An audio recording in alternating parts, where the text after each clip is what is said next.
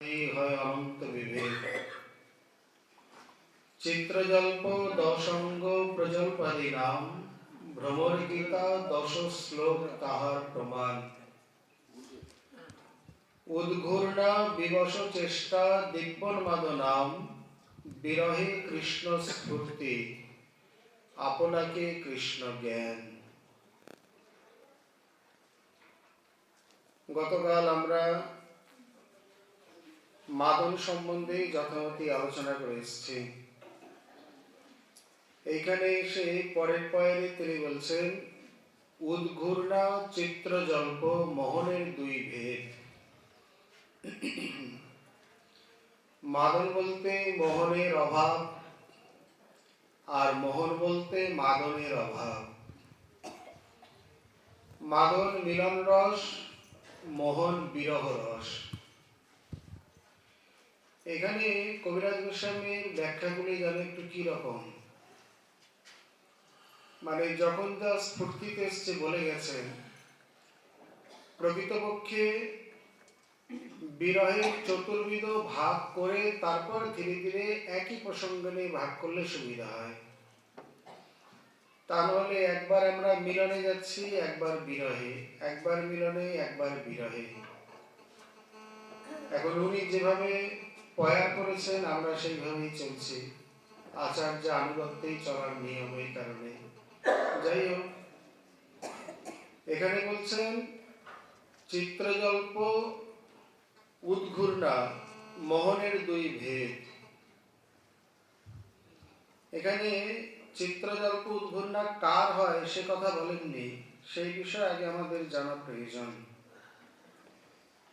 এটি হলো বিরহতেই, বিশেষ করে গতকাল আমরা বলেছি যে সুদূর প্রবাস, এই সুদূর প্রবাসের মধ্যে মাথুর বিরহ প্রসিদ্ধ। এই যে শ্রীমতী রাধারানীর শতবর্ষব্যাপী বিরহ, যা বৈষ্ণব ভক্তগণের কণ্ঠমণিহার,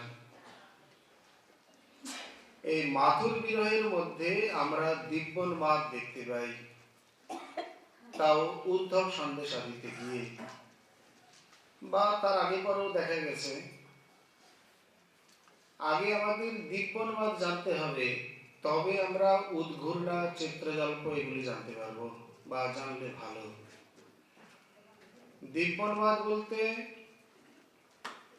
এতস্য মোহনাক্ষস্য গতিং কাম উপিপেয়সহ ভ্রমাভা কাপি বৈচিত্রী দিব্যন্মাদ ইতিরিজাতে। এতস্য মানে এই মোহনাক্ষ মহাভাবের, গতিং কামপি উপেয়স কোন অনির্বচনীয় বৃত্তি বিশেষ প্রাপ্ত হলে সেই মোহনাক্ষ মহাভাবকে, শুধু তাই নয়, তার মধ্যে ভ্রম সদৃশ বিচিত্র দশা যদি লাভ করে, তাহলে তাকে বলা হবে দিব্যন্মাদ। এই ভ্রমাভা কাপি বৈচিত্র্য, দিব্যন্মাদের এই দুটি বিশেষ সত্য। আমরা আসছি ধীরে ধীরে আলোচনায়। তাকে বলা হয় দিব্যন্মাদ। এতে গেল শ্রীরূপের সংজ্ঞা। সহজে কথায় যদি আমরা সন্ধি বিচ্ছেদ করে বুঝি, তাহলে দিব্য যুক্ত উন্মাদ সন্ধি করলে হয় দিব্যন্মাদ। দিব্য শব্দে অপ্রাকৃত, অলৌকিক, চিন্ময়। আর উন্মাদ বলতে মদধাতু হর্ষে, কিন্তু উপসর্গ যোগে শব্দার্থ পৃথক হয়ে যায়। ভাব পাচ্ছে ঘন প্রত্যয় করলে হয় মাদ, আর উত উপসর্গ যোগে বা সন্ধি করলে হয় উন্মাদ। তাহলে মদ হর্ষে, কিন্তু উন্মাদ মানে হর্ষ নয়, উন্মাদ মানে মত্ততা। উন্মাদ বলতে এক কথায় আমরা পাগল বুঝি, বা সেই পাগলের প্রলাপ, পাগলতা ইত্যাদি। তাহলে পাগলামি একটা আছে, মানে উন্মত্ততা আছে, কিন্তু সেই মত্ততা কদাপি কখনোই প্রাকৃত নয়, লৌকিক নয়। তবে অপ্রাকৃত অলৌকিক চিন্ময় যে উন্মাদতা, তারই নাম হলো দিব্যোন্মাদ। এই অংশেতেই এর সার্থকতা। দ্বিতীয় পদে গিয়ে বলছেন ভ্রমাভা কাপি বৈচিত্র্যী।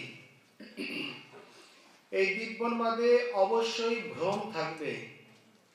ভ্রম বলতে পারতেন, ভ্রমাভা কেন বললেন না? যদি ভ্রম বলে দেন তাহলে যথাযথই ব্যাপারটা ভ্রম হয়ে যাবে। ভ্রম মানে ভুল, ভ্রান্তি। কিন্তু ব্যাপারটা তো একেবারে ভ্রম নয়, ভ্রমাভা মানে ভ্রমের আভাস। যথাযথ ভ্রম নয়, কিন্তু ভ্রমের মতো, এবং তাতে বহুবিধ বৈচিত্র্য, বিচিত্রতা রয়েছে। সেই ভাবরাশিকে বলা হবে দিব্যোন্মাদ। যেমন যেমন আমরা গম্ভীরায় যে পদগুলি দেখি, কবিরাজ গোস্বামী পুনঃ পুনঃ বিভিন্ন ভাবে ব্যাখ্যা করেছেন। শেষ যে রইল প্রভুর দ্বাদশ বৎসর, কৃষ্ণের বিয়োগ স্ফূর্তি হয় নিরন্তর। রাধিকার দশা রয়েছে উদ্ধব দর্শনে, সেই মতো প্রলাপ প্রভু করে রাত্রি দিনে। ভ্রমময় চেষ্টা সদা প্রলাপময় বাদ, নিরন্তর হয় প্রভুর বিরহ উন্মাদ। এটি দিব্যোন্মাদ। এই বিরহ উন্মাদ মানেই দিব্যোন্মাদ। এখানে দিব্যের শব্দের জায়গায় বিরহ বলেছেন, কিন্তু ওই যে লক্ষণগুলো আছে, ভ্রমময় চেষ্টা সদা প্রলাপময় বাদ, যে কথাগুলি বলেন সেগুলি অধিকাংশই প্রলাপের মধ্যে পর্যবসিত, যথাযথ নয়। আর যে চেষ্টাগুলি করেন সেগুলি প্রায় করেই ভ্রমময়। যেমন যেমন তিন দ্বারে কবাট প্রভু যায়েন বাহিরে, কবু সিংহ দ্বারে পড়ে কবু সিন্ধু নীরে। বলে ভ্রমময় কোথায়? তিনি বেরিয়ে তো গেলেনই। গম্ভীরার মুখ্য তিন দ্বারে কবাট, তথাপি প্রভু কিভাবে বেরিয়ে গেলেন সকলের আশ্চর্য। উপবন উদ্যান দেখি বৃন্দাবন জ্ঞান, তাহা যায় করেন প্রভু নর্তন কীর্তন। এটি ভ্রম। উপবনটা বৃন্দাবন নয়।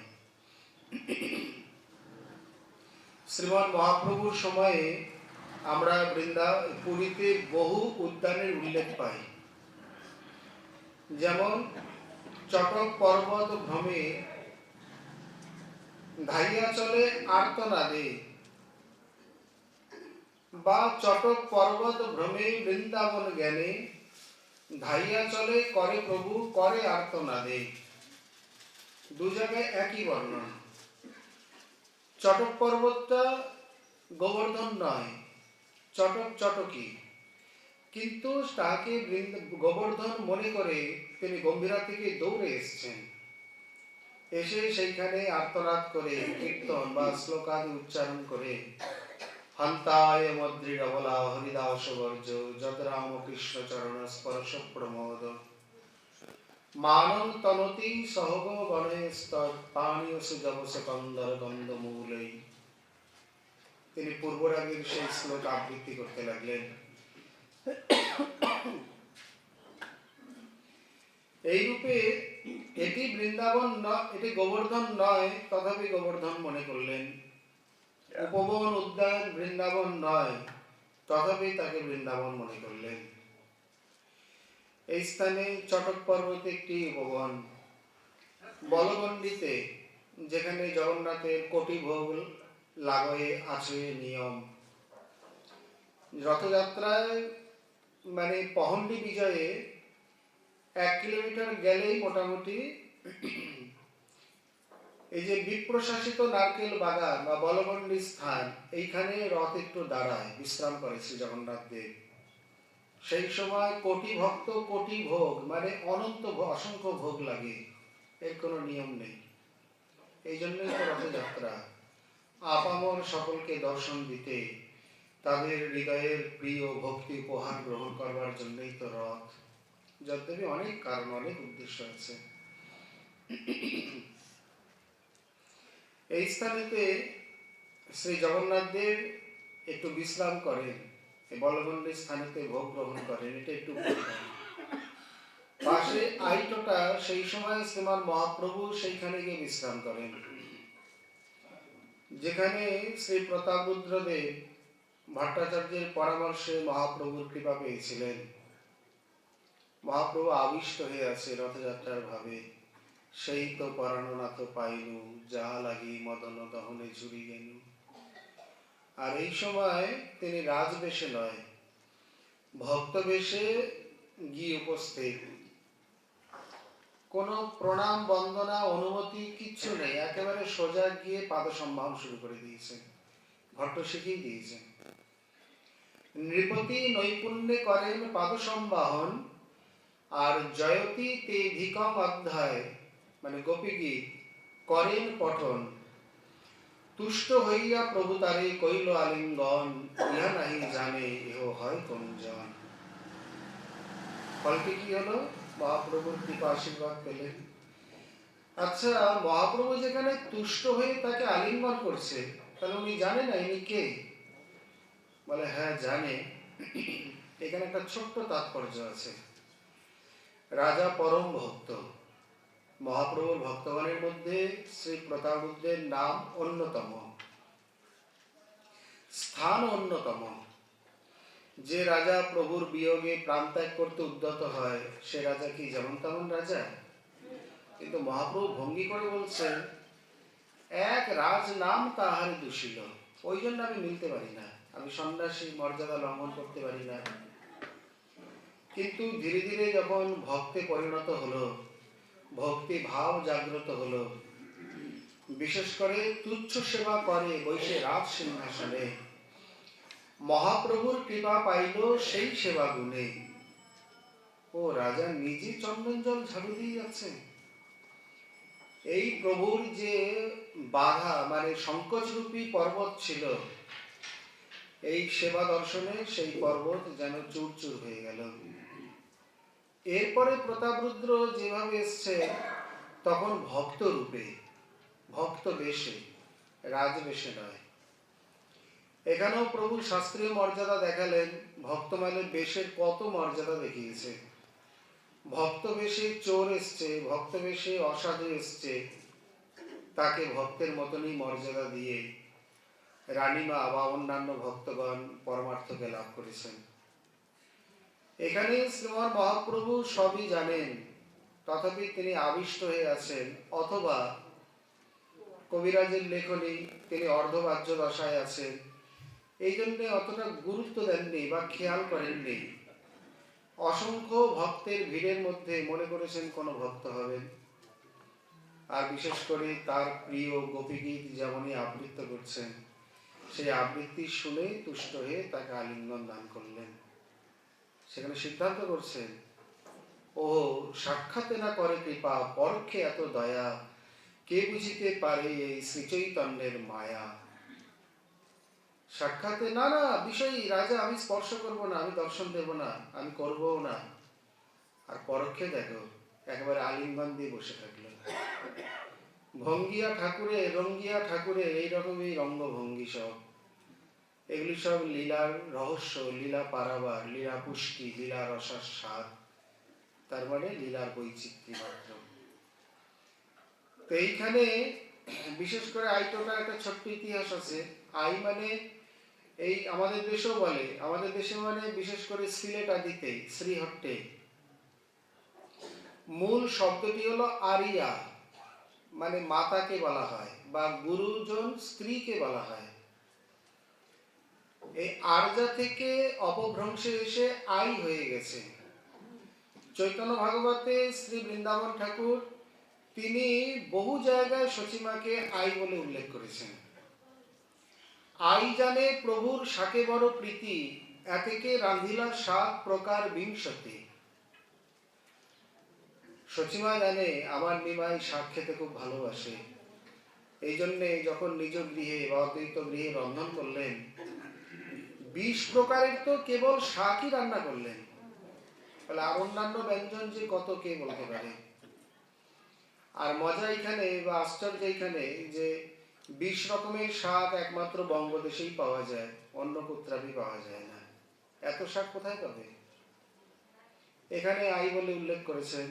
আর দক্ষিণ ভারতে মাকে আই বলে, বা কোনো সম্মাননীয়া কোনো গুরুজন মানে স্ত্রী গুরুজনে বা এই প্রকার কোনো বিশেষ মহিলাকেও আই বলা হয়।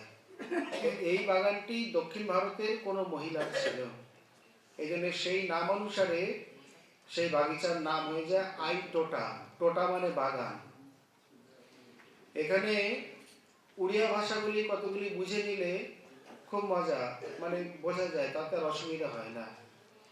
যেমন পহন্ডি বিজয় বলে, পহন্ডি বিজয় মানে পদবিজয়। শ্রী জগন্নাথ দেব মন্দির থেকে সিংহদ্বার হয়ে যে গুন্ডিচায় আসছেন একে বলে পহন্ডি বিজয়। আর বড়দাণ্ড মানে চওড়া রাস্তা। রথের রাস্তাটা অনেক চওড়া, কারণ অনেক লোকের সমাগম।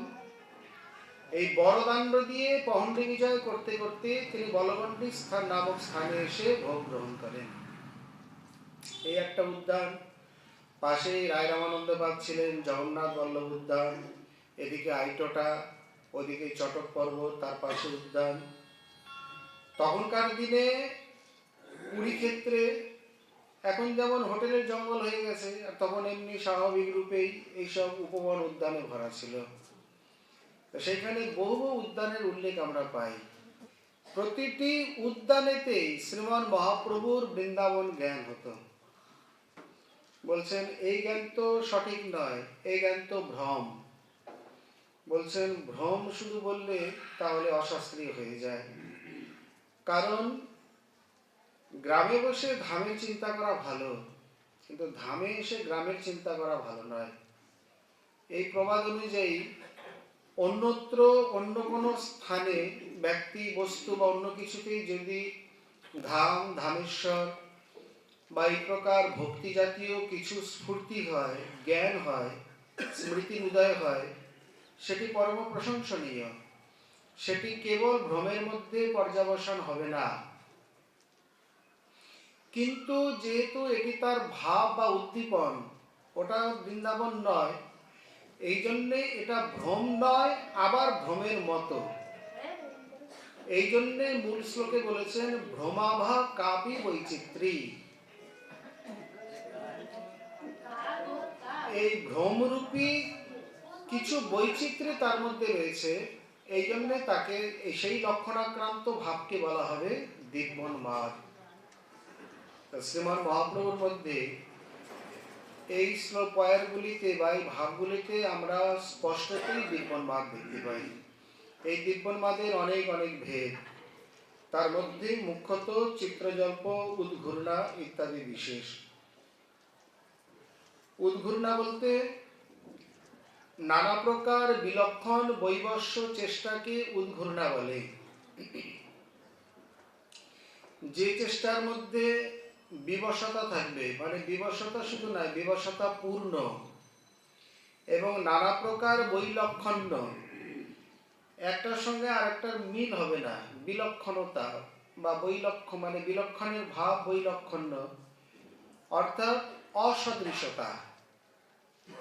এই দেখো হাসছে, এই আবার কাঁদছে, দুটির মধ্যে মিল নেই। হাসি কান্নার মধ্যে মিল হয় কি করে? এই তিনি শয়নে আছেন, এই ছুটে কবাট পার করে চলে গেলেন সিন্ধু নীরে। এই তিনি সিংহদ্বারে, এই আবার তেলেঙ্গা গাভীর মধ্যে। এই অত স্বরূপের কণ্ঠ ধরি নানা ভাব উঘারি, শ্লোক কয়ে শ্রী গৌর হরি। আবার কিছুক্ষণের মধ্যে দেখা যাচ্ছে ভূমিতে বসে নখের দ্বারা লিখছেন পাদ পদম না চলত স্তব পাদ মৌলা জাম অথম করবাম কিংবা। রাসের আবেশে চলে গেছেন। যেমন কৃষ্ণের বাঁকা বাঁকা কথা শুনে এই অভিসারিকা গোপীগণ তারা চরণের নখের দ্বারা মানে ভূমিতে লেখন করছিলেন, শ্রীমান মহাপ্রভু সেইভাবে সর্বদামোদর বারবার এসে নিষেধ করছেন, প্রভু ক্ষত হবে, দুঃখ মানে কষ্ট হবে। হ্যাঁ, মুখটা তুলে একবার জিজ্ঞাসা করে আবার অধপতনে হয়ে গিয়ে কিছুক্ষণ পর আবার শুরু করলেন। এই প্রকার বিবিধ প্রকারের বৈলক্ষণ্যযুক্ত এবং বিবশতাপূর্ণ চেষ্টাকে বলা হয় উদ্ঘূর্ণা। ঘূর্ণ শব্দের ঘূর্ণ ঘূর্ণনে, তার উত্তরে স্ত্রীলিঙ্গে আপ্রত্যয় করলে হয় ঘূর্ণা, আর উত উপসর্গ পূর্বক উদ্ঘূর্ণা। তার মানে এখানে বিশেষ রূপে কি মস্তক বিঘূর্ণন বলে না, তা নয়, তবে তার কিছু সাদৃশ্য থাকে। এক কথায় যে আচরণের মধ্যে কোনো মিল নেই, যখন যা মনে আসছে, যখন যে ভাবের উদয় হচ্ছে, তখন সেই প্রকার চেষ্টাই করে চলেছেন। এবং তার মধ্যে মানে নিজস্ব কর্তৃত্ব খুব কমই বলতে গেলে, কারোর দ্বারা বিবশ হয়ে বা কারোর দ্বারা আক্রান্ত হয়ে যেন করছে, অনেকটা এই প্রকার মোহনমাদিত বা অন্যের দ্বারা চালিত। কথা বলে না, আমি বিবশ, আমি কি করব। বিবশ বলতে মানে বিশেষ রূপে বশ যিনি বা যাতে, তাই হচ্ছে বিবশতা। ধৃতরাষ্ট্রের বিবশতা দুর্যোধনের। অক্রূর মহাশয় কি বললেন, আপনি তো পাণ্ডবগণের সঙ্গে অন্যায় করছেন, এটা তো ঠিক নয়। আপনি জ্যেষ্ঠ তাত, যুধিষ্ঠির মহারাজ আপনাকে পিতার মতনই স্থান সম্মান দিয়েছে, আপনার সমান আচরণ করা উচিত। বলে অক্রূর, আমি সবই জানি, সবই বুঝি, ধর্মজ্ঞানও আমার আছে, কিন্তু কি জানি দুর্যোধনের প্রতি আমি বিবশ। সামনে এসে বললে আমি আর কিছু করতে পারি না। তেমনি শ্রীকৃষ্ণ রাধারানীর প্রতি বিবশ, তার প্রেমে বিবশ। রাধারানী কিছু বললে বা কিছু আদেশ করলে বা কিছু চাইলে কৃষ্ণ না দিয়ে থাকতে পারেন না, না করে থাকতে পারেন না।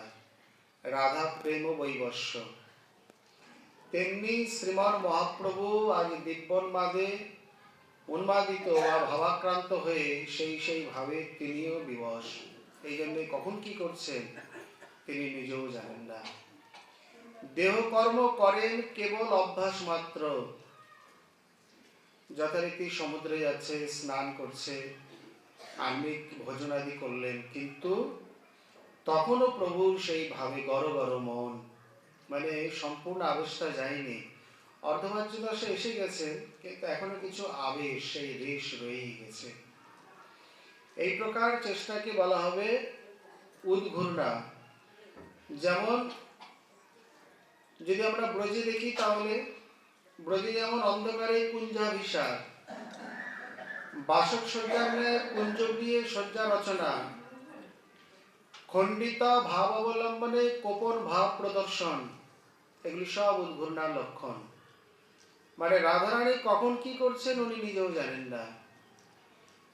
আসলে এর পিছনে কৃষ্ণই দায়ী, কারণ অভিসারের সময় হয়ে গেছে, তিনি এসে গেছেন, অথচ কৃষ্ণের দেখা নেই। কুঞ্জ মধ্যে একটা শুকনো পাতার শব্দ হলে বা পত্র পতনের শব্দ হলে, পততি পতত্রে বিচলিত পত্রে শঙ্কিত ভবদুপজানম।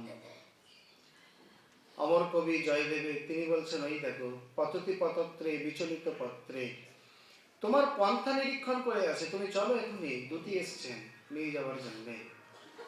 একটা শুকনো পাতার শব্দ পেলে রাধারানী বলে, রাই দেখ না সে এলো কিনা। রাই বলে, আসেনি, ধৈর্যম ধরু রাই, ধৈর্যম ধরু, আসবে, এখনই আসবে। কোথায়? এই নায়িকার দশাগুলি পরপর হতে থাকে। প্রথমে সংকেতিতা, দ্বিতীয় অভিসারিকা, তৃতীয় বাসক সজ্জিকা, চতুর্থে উৎকণ্ঠিতা, পঞ্চমে খণ্ডিতা, ষষ্ঠে গিয়ে এবার মানিনী বা কলহান্তরিতা ইত্যাদি। মানে প্রথমে কৃষ্ণ সংকেত করলেন যে নায়িকাকে, তিনি হলেন সংকেতিতা, মানে জায়গা সময় সব ঠিক, ওই সময় ওখানে যাবেন বা যাওয়া উচিত। এরপর তিনি যখন তার উদ্দেশ্যে গমন করলেন, গমনোদ্দাতা হলেন, তখন তিনি অভিসারিকা।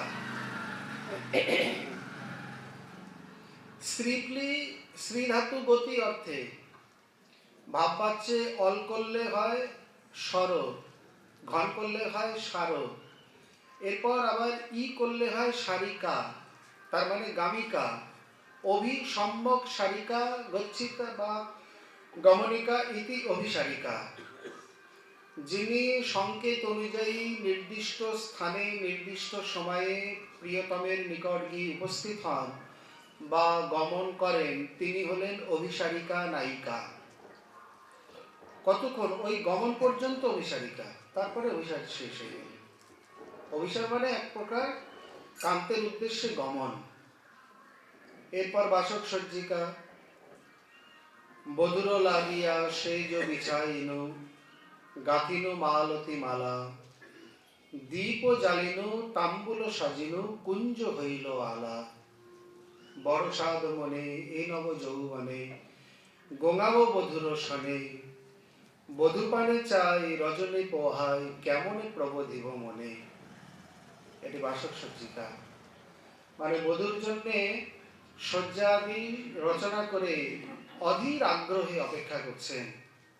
আসে আর না, কই রজনী মানে পোহাতে গেল, শেষ হতে গেল। এক চন্দ্রমা উদিত হয়ে অস্ত যেতে লাগলো, কিন্তু কৃষ্ণ চন্দ্রমার উদয় কেন হয় না? ধীরে ধীরে উৎকণ্ঠা বাড়ছে, আরতি বাড়ছে, ভাব অনুরাগ বাড়ছে। এ হলেন উৎকণ্ঠিতা নায়িকা। দেখতে দেখতে দেখছেন মানে কৃষ্ণপক্ষে চন্দ্রমা পশ্চিম গগনে উদিত হয়, পূর্ব গগনে অস্ত যায়। আর পূর্ণিমার থেকে আবার ধীরে ধীরে মানে যত তিথি বাড়তে থাকে গতিও পরিবর্তন হতে থাকে। পূর্ণিমার বা আগের দিন থেকে ধীরে ধীরে পূর্ব গগনে উদিত হয়, পশ্চিম গগনে অস্ত যায়। এইভাবে চন্দ্র এক গগন থেকে আর এক গগনে ঢলে পড়ছে, কিন্তু কই তার তো দেখা নেই। এই তখন মনে মনে নানান প্রকার ভাবনা। নিশ্চিত পথ হারিয়েছে। বলে পথ হারায়নি, সে বড় চতুর, সে অন্ধকারও দেখে। নামই তার কৃষ্ণ। এসছেই কৃষ্ণ রাত্রিতে, সব দেখতে পায়, কিন্তু এখানে না এসে নিশ্চিত চন্দ্রাবলীর কুঞ্জেই গেছে। এই ধীরে ধীরে হতে লাগলেন খণ্ডিতা। মালা টালা ছিঁড়ে দিলেন, চন্দন লেপন তাপেতে ধীরে ধীরে শরীর থেকে শুষ্ক হয়ে পড়তে লাগলো। নিজেই তাম্বুলের বাটা ফেলে দিলেন, প্রদীপ নিভিয়ে দিলেন। এগুলি সব খণ্ডিতার লক্ষণ। তারপরও যখন এলো না, বা ধীরে ধীরে যদি বা শেষ রাত্রে, এও তো চতুর কম নয়, মনে করে যাওয়ার সময় একটু সান্ত্বনা দিয়ে যাই, নইলে সকালে যদি আবার রান্না করতে না আসে। চিন্তা তো আছে, ভয় তো আছে। চতুরের চূড়ামণি যাওয়ার আগে কুঞ্জে একটু সান্ত্বনা দিতে আসেন। সেই সময় তো তিনি একেবারে কলহান্তরিতা দশায়, মানে একেবারে প্রচন্ড মান মন্দিরে তিনি। রায় আমি তোমার দাস, আমি পিত দাস তব দাস।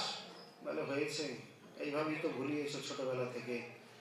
আমরা মূর্খা, এই জন্য তোমার পিছন পিছন ঘুরে বেড়াই। শেষে গিয়ে দেখলেন আজকের মান অনেক কঠিন, কোনো মতেই মান মানে না। মানিনী মুঞ্চময়ী মানম অনিদানম। তোমার এই মান, অনিদান মান মানে অকারণ মান তুমি ত্যাগ করো। এটা অকারণ মান? সারা নিশি তোমার জন্য অপেক্ষা করে আছি। তুমি জানো শাশুড়ি ননদিনীর চোখকে এড়িয়ে কিভাবে আসতে হয়? জয় জয় শ্রী রাধে।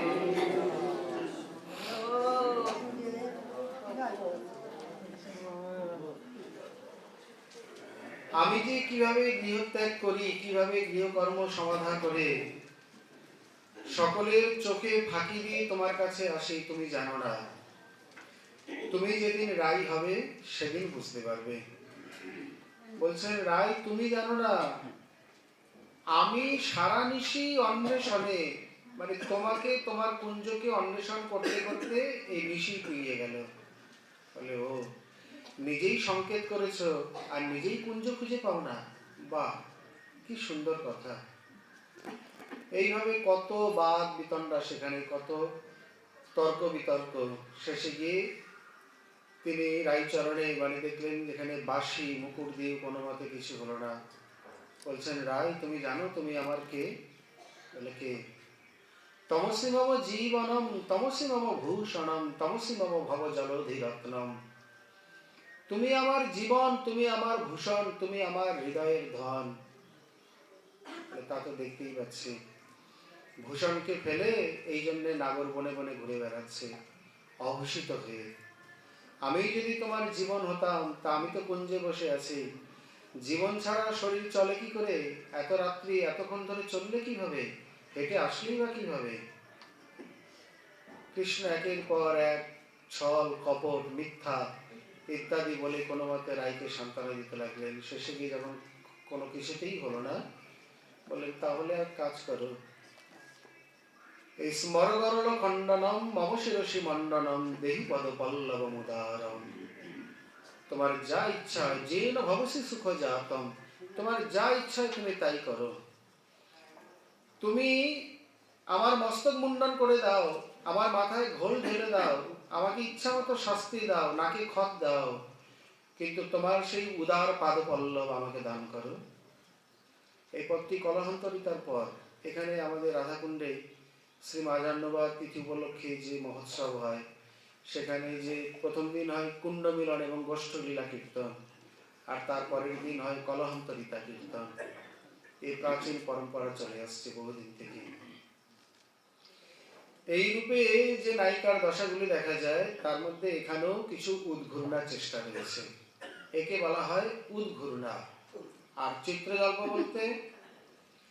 চিত্রজল্প বলতে প্রিয়তমের কোনো সুহৃদের সঙ্গে সাক্ষাৎ হলে অন্তরে গূঢ় রোষবশত বাইরে বহু ভাবনাময় যে জল্পনা, তাকে বলা হয় চিত্রজল্প। এ হলো মানে শ্রীরূপের সংজ্ঞা। আমরা বাংলায় বললাম, এখানে তিনি বলছেন, এখানে আমরা শব্দটাকে এবার ভাঙি, দেখি কি অর্থ। চিত্র মানে বিচিত্র, সংক্ষেপে চিত্র বলা হয়। যেমন রাধারানী বলছে, মাতা পিতা গুরুজন আর যত আত্মজন বড় চিত্র কেমনে পাশরিলা। আমাদের কথা বাদই দাও, এটি মহাপ্রভু রাধারানীর ভাবে রথযাত্রায় বলছেন। তোমার ব্রজে যে মাতা পিতা আদি অসংখ্য আত্মজন গুরুজন রয়েছেন, তুমি তাদেরকে কিভাবে ত্যাগ করলে? বড় চিত্র মানে বড় বিচিত্র, তুমি তাদেরকেও ত্যাগ করে দিলে। এখানে চিত্র মানে বিচিত্র, আর জল্প ধাতু জল্পনে মানে কথনে। তবে কথা বলা আর জল্পনা করা এক জিনিস নয়। কথা বলা বলতে সাধারণ কথা বলা প্রয়োজনে হতে পারে, আর জল্পনা মানে যার কোনো প্রয়োজন নেই, বৃথা লাভ, বৃথা কথা বা গ্রাম্য কথা। কোনো কথা নেই, বসে আছেন, উল্টো পাল্টা যা মনে আসছে তাই বলে চলেছেন, সময় অতিবাহিত করছেন কেবল, একে বলা হয় জল্পনা। তা মহাভাবতীদেরও তাই নাকি? তাদের সময় কাটছে না বলে তারাও জল্পনা করেছিলেন? বলেন না, তারা দিব্যন্মাদ দশায় গিয়ে উদ্ধব এবং ভ্রমর দুজনকে দেখে রাধারানী একটা বিশেষ দশার মধ্যে পড়েছিলেন। এই জন্যে সেই দশাকে বলা হয় চিত্রজল্প। মানে তিনি বহু ভাবনাময় যে জল্পনা করেছিলেন, কথা বলেছিলেন যে বিচিত্রতা সহকারে, তাকে বলা হয় চিত্রজল্প। এই চিত্রজল্প ভ্রমর গীতের 10টি শ্লোকে তার প্রমাণ। আগে এই জন্য বলছেন, ভ্রমর গীতে 10 শ্লোকে তাহার প্রমাণ। 21, 20, 19, 18, 17, 16, 15, 14, 13 আর 12, এই 10টি শ্লোকেতে গিয়ে ভ্রমর গীতের প্রমাণ বা ভ্রমর গীতের চিত্রজল্পের এক একটি লক্ষণ বলেছেন। কিভাবে? এক একটি শ্লোকে এখানে চিত্রজল্পের আবার 10বিধ লক্ষণ: প্রজল্প, পরিজল্প, বিজল্প, উজ্জল্প, সংজল্প, আজল্প, অভিজল্প, প্রতিজল্প এবং উজ্জল্প।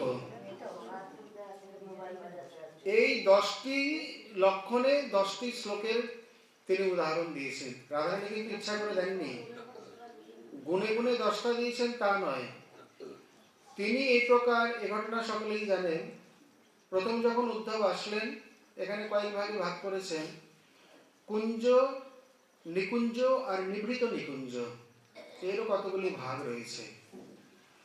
কুঞ্জ যেন বহির্দেশ।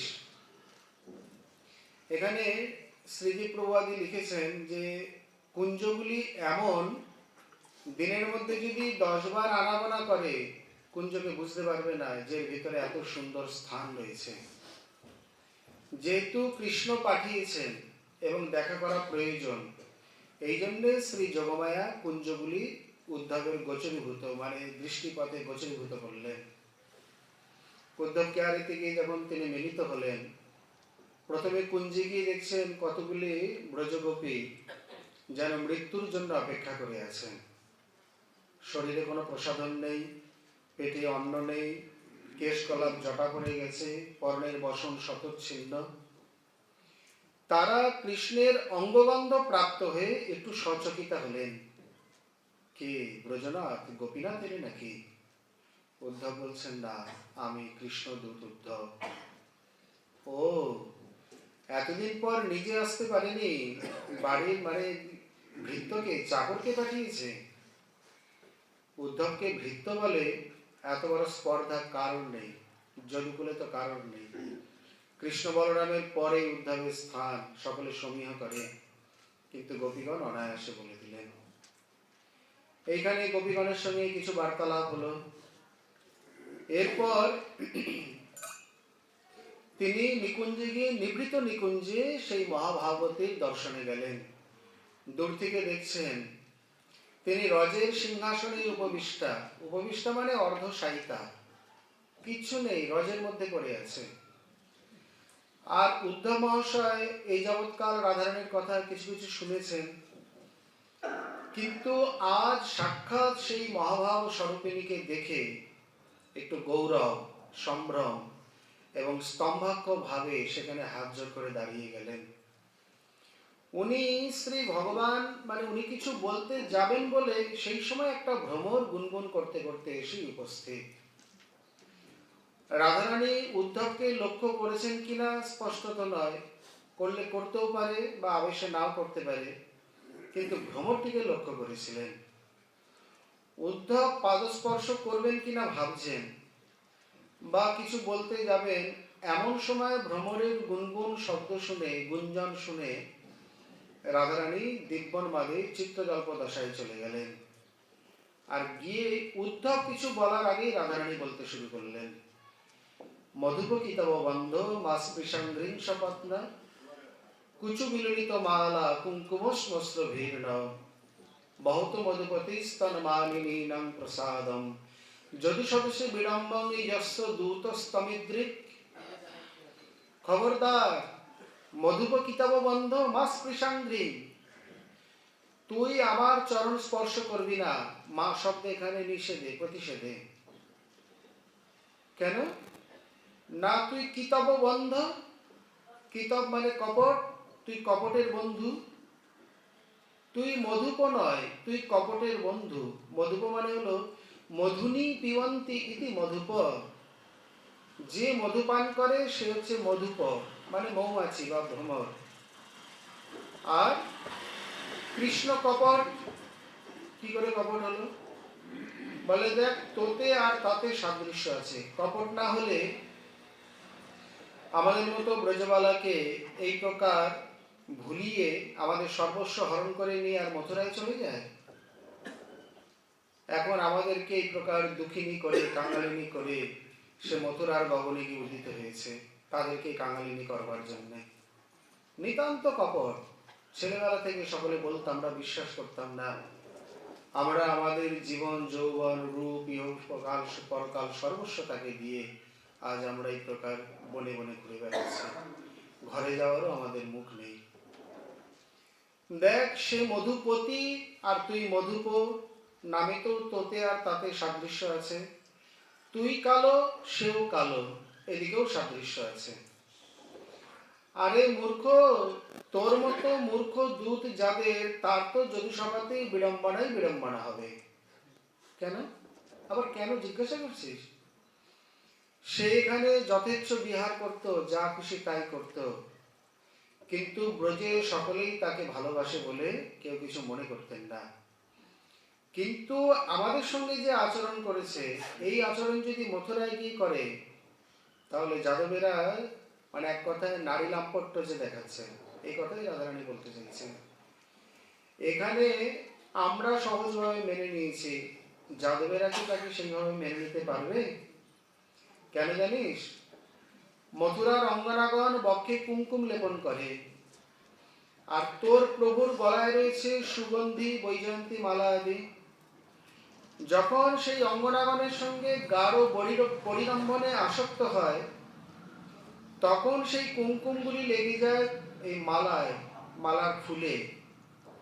আর তোরা মধুলোভেতে সেই পুষ্পগুলির মধ্যে গিয়ে বসিস।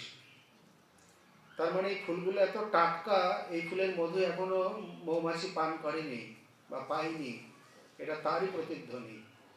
তারা গুনগুন স্বরে এসে উপস্থিত। অথবা আমরা ব্রজেও দেখি, কৃষ্ণের মুখকমলই এমন, সেখানে ভ্রমরাদি সকলে আশেপাশে এসে উঠতে থাকে, কমল জ্ঞানে বসতে যায়। তা তোরা সেই ফুলের মধ্যে বসে মধুপান করেছিস, প্রমাণ কি যে আমরা ফুলে বসেছিলাম?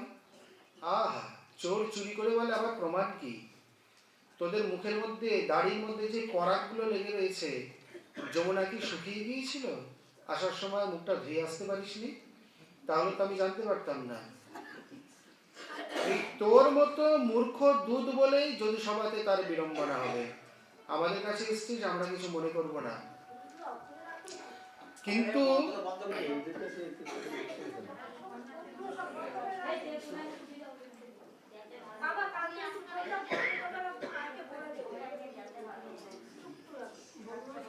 এই রূপেতে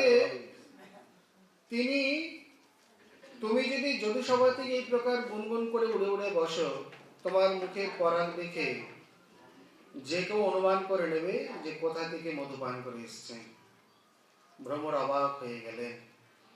একের পর এক শ্লোকেতে পরপর 10টা শ্লোক বলে তারপর তিনি ক্ষান্ত হলেন। এরপরও উদ্ধব মহাশয় বলতে পারেননি।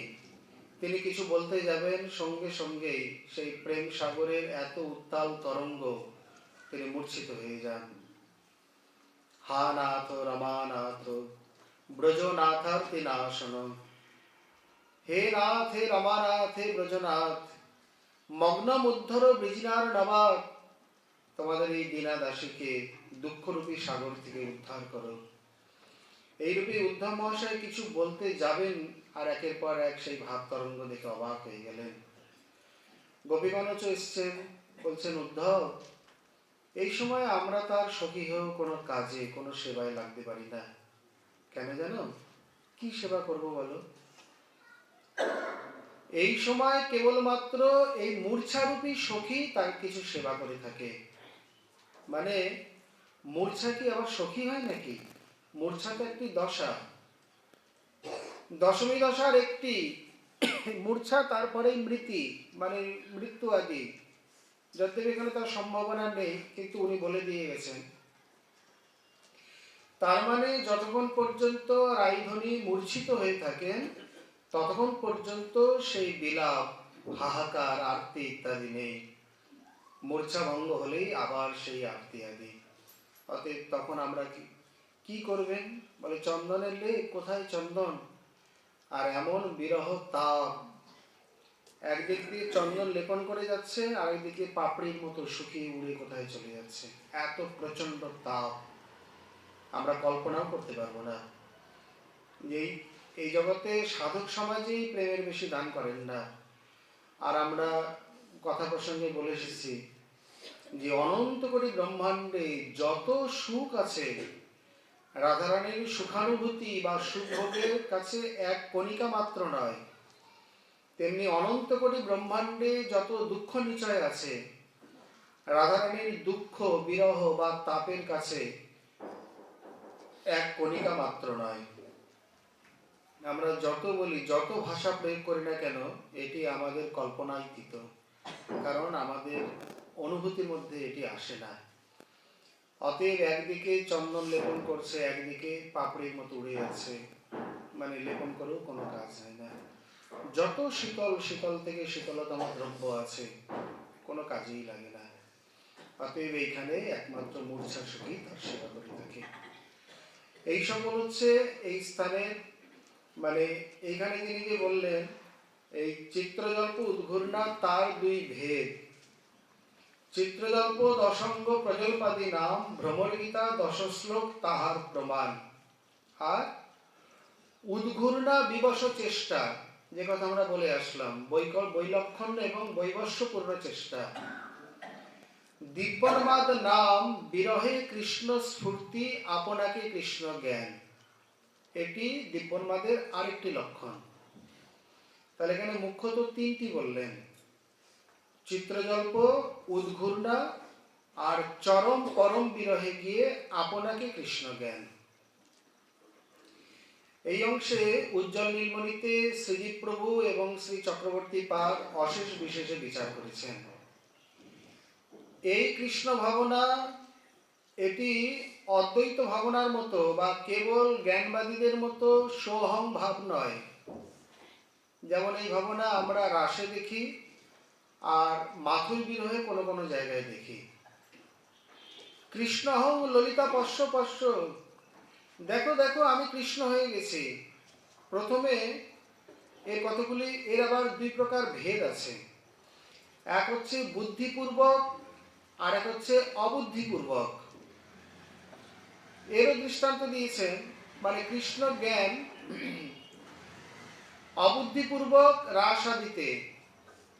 এখানে হঠাৎ করে কৃষ্ণের অন্তর্ধানে ব্রজগোপীগণ মানে একেবারে হতাশা হয়ে পড়লেন।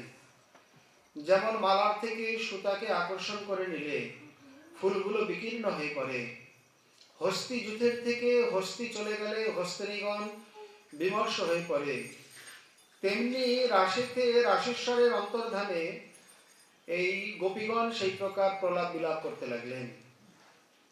চম্পক, বিল্ল, কবিদার, রসাল, পনস, তোমরা কি দেখেছো প্রাণনাথকে?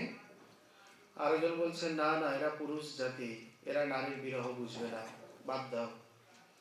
তুলসী, কল্যাণী, গোবিন্দ চরণপ্রিয়ে, তুমি তো কল্যাণী, তুমি তো কৃষ্ণ প্রেয়সী, তুমি তো গোবিন্দ চরণপ্রিয়া, তুমি বলো তো কৃষ্ণ কোথায় গেছে? আর একজন বলছে ওরে ও কি জানলেও বলবে নাকি, ও তো কৃষ্ণ প্রেয়সী, মানে আমাদের শপথনী, ও পেলে একা ভোগ করবে, ও কি আমাদের বলবে, ওকে সন্ধান দেবে? এইভাবে হঠাৎ বিলাপ করতে করতে লীলানুকরণ শুরু হলো। কেউ বলছেন আমি পুতনা হত্যা করছি, কেউ বলছেন আমি বকাসুর, মানে বকাসুরকে নাশ করছি। লীলা অনুকরণ করতে করতে হঠাৎ করে আরো আবিষ্ট হয়ে কেউ বলছেন ললিতে দেখো দেখো আমি কৃষ্ণ। এখানে লীলা অনুকরণ নেই, আপনাকে কৃষ্ণ জ্ঞান। এই কৃষ্ণ জ্ঞান এটি হচ্ছে অবুদ্ধিপূর্বক। যেমন ধুলোবালি হলে বা কিছু হলে চোখের পলক আপনা আপনি পড়ে, বুদ্ধি করে দিতে হয় না, একে বলে অবুদ্ধিপূর্বক। তেমনি বিরহের অত্যন্ত গাঢ়তাবশত এর দ্বারা এটি প্রমাণিত হচ্ছে যে রাসে ব্রজবালাগণ কত গভীর বিরহে পড়েছিলেন, যার জন্যে তারা কৃষ্ণ লীলানুকরণ করতে করতে এই প্রকার নিজেরাই কৃষ্ণ কৃষ্ণ বলে আর বলতে লাগলেন। একে আবার বলে সহজ অনুভব বা লীলা অনুভব। চক্রবর্তী পাদ বলেছেন লীলিয়ং অনুভাবস্য, আর শ্রীজীব প্রভু বলছেন স্বভাবজ অনুভাবস্য, মানে স্বাভাবিক অনুভব এগুলি। আর চক্রবর্তী পাদ বলছেন লীলার বিচিত্র অনুভব এগুলি।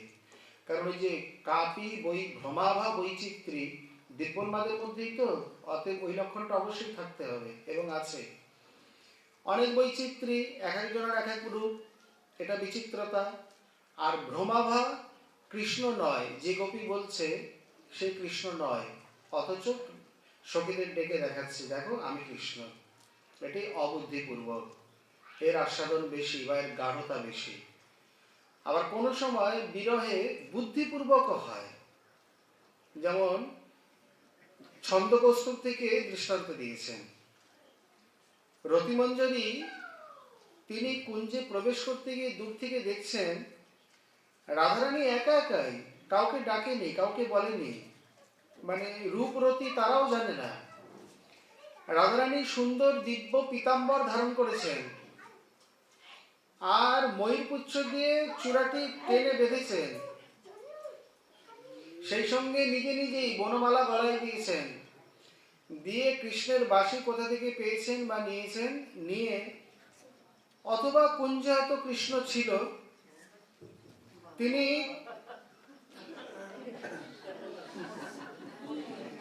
কাউকে কিছু না বলে বা ইচ্ছা মানে কৃষ্ণের মতো রূপ সাজবে বলে তিনি কৃষ্ণের বাঁশিটাকে নিয়ে ধীরে ধীরে এই প্রকার ত্রিভঙ্গ ভঙ্গিম হয়ে আর বেণুর মানে বদলে ধরেছেন।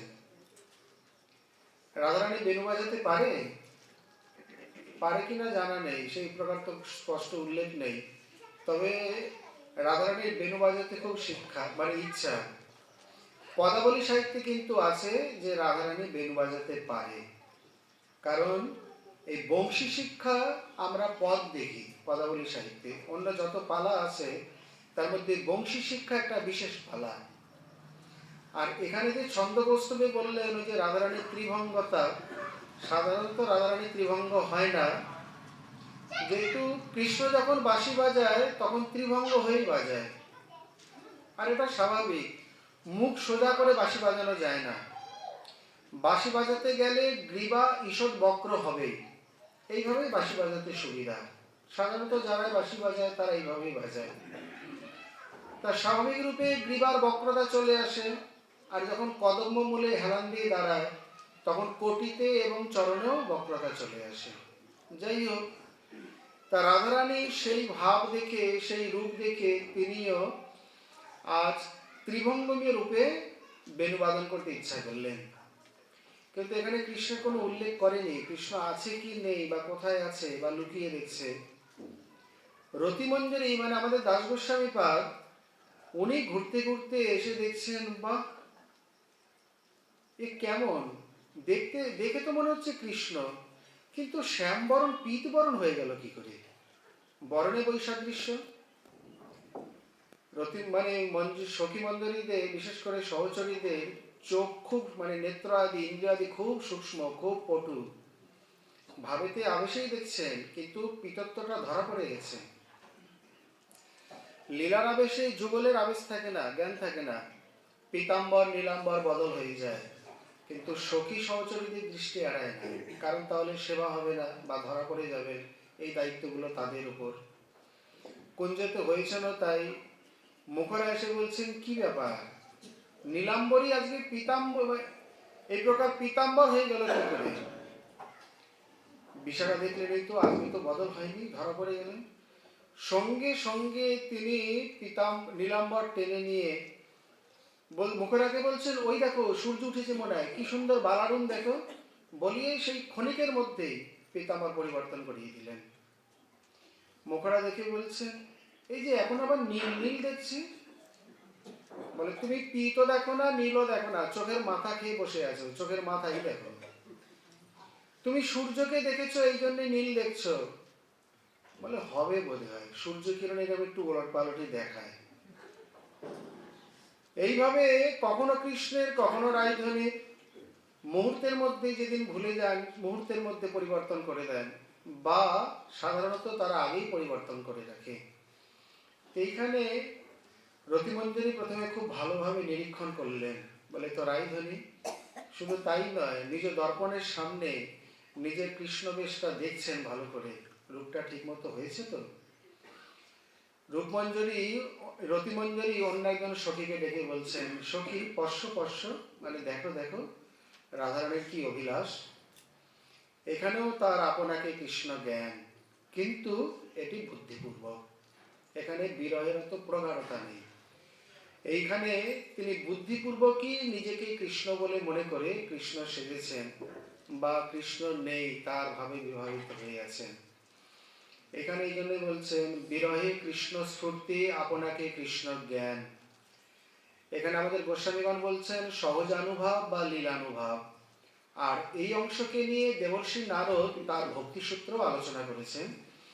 তিনি বলছেন, এইখানে যে কখনো কখনো অদ্বৈত ভাব দেখা যায়, এটি প্রেম বর্ণনের পরের ভাব, পরের দশাগুলি। একে বলা হবে প্রেমাদ্বৈত ভাব, মানে শুদ্ধ কেবলাদ্বৈত ভাব নয়। তাহলে শাস্ত্রমতে আমরা দুটি অদ্বৈত ভাব পাচ্ছি। একটি আচার্য শঙ্কর প্রবর্তিত জ্ঞান মার্গে কেবলাদ্বৈত ভাব, এ মার্গেতে ওই সোহম সোহম অহং ব্রহ্মাস্মি তত্ত্বমসি ইত্যাদি মহাবাক্য নিয়ে উপাসনা। মদাত্মা শ্রী জগদাত্মা, জগদাত্মা মদাত্মা, মদ্গুরু শ্রী জগৎগুরু, জগৎগুরু মদ্গুরু, মন্নাথ শ্রী জগন্নাথ, জগন্নাথ মন্নাথ। এই সকল বাক্যেতেই উপাসনা বা এগুলি উপাসনার ভিত্তি, মানে তাদের সাধন ভিত্তি। আর প্রেমেতে গিয়ে বা ব্রজেতে গিয়ে এক প্রকার অদ্বৈত ভাব দেখা যায়। তবে কেবলাদ্বৈতে ওগুলি স্থায়ী ভাব, ওইভাবেই সাধনা। আর বৃন্দাবনে এগুলি অত্যন্ত ক্ষণিক, মানে সঞ্চারী ভাবের মধ্যে আমরা বলতে পারি। স্থায়ী ভাব এগুলি নয়। স্থায়ী ভাব যার যে ভাব, দাস্য সখ্য বাৎসল্য মধুরে যে যে নদীতে আছে, সেগুলি তাদের স্থায়ী ভাব, আমরা আলোচনা করে এসেছি। ব্যভিচারী বা সঞ্চারী ভাবরূপে ক্বচিৎ কদাচিৎ এই কৃষ্ণ জ্ঞান হয়ে থাকে, তখন এই ভাবকে বলা হবে প্রেমাদ্বৈত ভাব। মানে প্রেমে বা প্রেমের প্রগাঢ়তায় এই প্রকার ইষ্টের সঙ্গে, প্রিয়তমের সঙ্গে সামান্যতম অদ্বৈত ভাবনা এসে যায়। এটিও কিন্তু ক্ষণিকের জন্য, খুব বেশিক্ষণ স্থায়ী হয় না। এই রূপেতে এখানে তার বিভেদ বলে আবার যে বিরহের ভেদ বা চার প্রকার বিরহ রস বা শৃঙ্গারের দুটি ভেদ বর্ণন করছেন শ্রীমান মহাপ্রভুর কৃপা হলে আবার আমরা আগামীকাল সে বিষয় আস্বাদনে আশা রাখি। আজকে আমাদের শ্রী শ্রী চৈতন্য চরিতামৃত কথা এখানেই বিশ্রাম করি।